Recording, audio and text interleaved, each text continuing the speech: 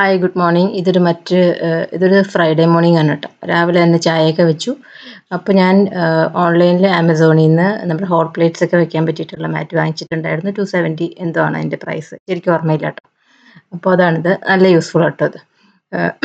പിന്നെ ഞാൻ ഇന്ന് മാമ്പഴപ്പുളിശ്ശേരി ഉണ്ടാക്കണം. അതിനിപ്പോൾ ഞാൻ ആദ്യം തന്നെ അരച്ച് വെക്കും കേട്ടോ, തേങ്ങയും ജീരകവും കൂടി ചേർത്തിട്ട് നല്ല മഷി പോലെ വെണ്ണ പോലെ അരച്ച് വെച്ചിട്ടുണ്ടാവും.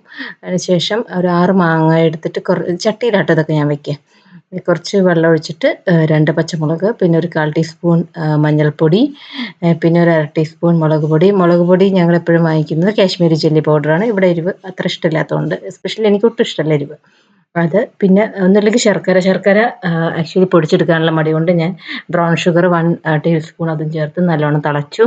അതിനുശേഷം അരച്ച തേങ്ങയും ചേർത്തു, ഇങ്ങനെ തൈരും ചേർത്തു, പിന്നെ കടുക് പൊട്ടിച്ചു, തടുക്ക ഇതിനകത്ത് മുളകിട്ടു, എന്താ പറയുക, ഉലുവ, കടുക്, കറി ലീവ്സും ഇട്ടു. ഇത് ആക്ച്വലി ഞാൻ തന്നെ ഷൂട്ട് ചെയ്യണതുകൊണ്ട് കേട്ടോ ഇത് ഔട്ട് ഓഫ് ഫോക്കസ് ഒക്കെ ആയത്. കുറച്ച് പുറത്തേക്കൊക്കെ പോയിട്ടുണ്ടായി. സാധാരണ എനിക്ക് മോളാണ് ഷൂട്ട് ചെയ്ത് തരാറ്, അവളിവിടെ ഇല്ല, അതുകൊണ്ടാണേ. അപ്പോൾ അത് കഴിഞ്ഞു. ഇനി ഞാൻ എന്താ പറയുക, എൻ്റെ മോൻ സ്കൂൾ വിട്ട് വരുമ്പോഴേക്കും ഒരു നെയ്ച്ചോറ് ഉണ്ടാക്കാൻ വേണ്ടിയിട്ട് ഞാൻ ആദ്യം ബസ്മതി റൈസ് കുക്ക് ചെയ്ത് വെച്ചിട്ടുണ്ട്. അപ്പോൾ പട്ട, ഗ്രാമ്പൂ അതൊക്കെ ചേർത്തു നെയ്യിൽ. അത് ദേശി ഗീ കേട്ടോ, ഹോം മെയ്ഡ് ഗീ ആണേ. പിന്നെ അതിൻ്റെ കൂടെ നമ്മുടെ കാഷ്യൂനട്ടും റൈസിൻസും ചേർത്തു. അത് ഞാനെല്ലാം ഒരുമിച്ച് ഇടും കേട്ടോ. ഞാനൊരു ഭയങ്കര വലിയ കുക്കൊന്നുമല്ല. ഞാൻ പറഞ്ഞല്ലോ, ഞാൻ എൻ്റെ കംഫർട്ട് സോണിൽ നിന്നിട്ട് കുക്കിങ്ങേ ഉള്ളൂ. ധാരാളം കുക്കിങ്ങോ ബേക്കിങ്ങോ ഒന്നും എൻജോയ് ചെയ്യുന്ന ആളുമല്ല. ബേക്കിംഗ് എനിക്ക് അറിയ പോലുമില്ല. പിന്നെ സവാള ഇട്ടു, അത് ഇത്തിരി ഉപ്പിട്ടിട്ട് അതും കൂടി വഴറ്റിയിട്ട് ഞാൻ എന്ത് ചെയ്യുന്നത് വെച്ചാൽ, നന്നായിട്ട് എനിക്ക് കുറേ അങ്ങോട്ട് വഴറ്റാൻ നിൽക്കില്ല, ചോറും ഇട്ട് കുറച്ച് മല്ലിയില ഇടും.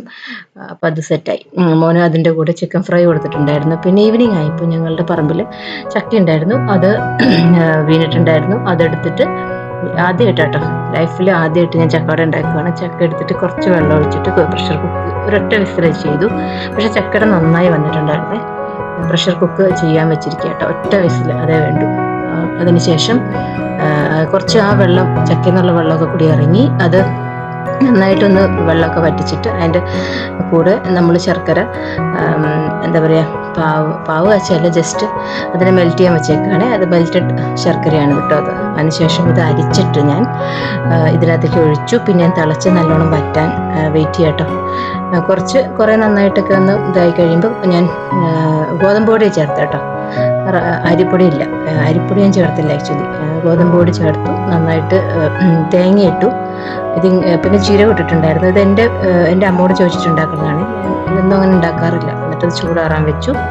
ചൂടാറി കഴിഞ്ഞപ്പോൾ നമ്മൾ ഇല പറിച്ച് വെച്ചിട്ടുണ്ടായിരുന്നല്ലോ, ആ ഇലയിൽ നമ്മൾ പരത്തിയിട്ട് സ്റ്റീം ചെയ്തെടുക്കുക, അത്രേ ഉള്ളൂ. വേറെ ഞാൻ നെയ്യോ അങ്ങനത്തെ സാധനങ്ങളൊന്നും ഞാൻ ചേർത്തിട്ടില്ല കേട്ടോ.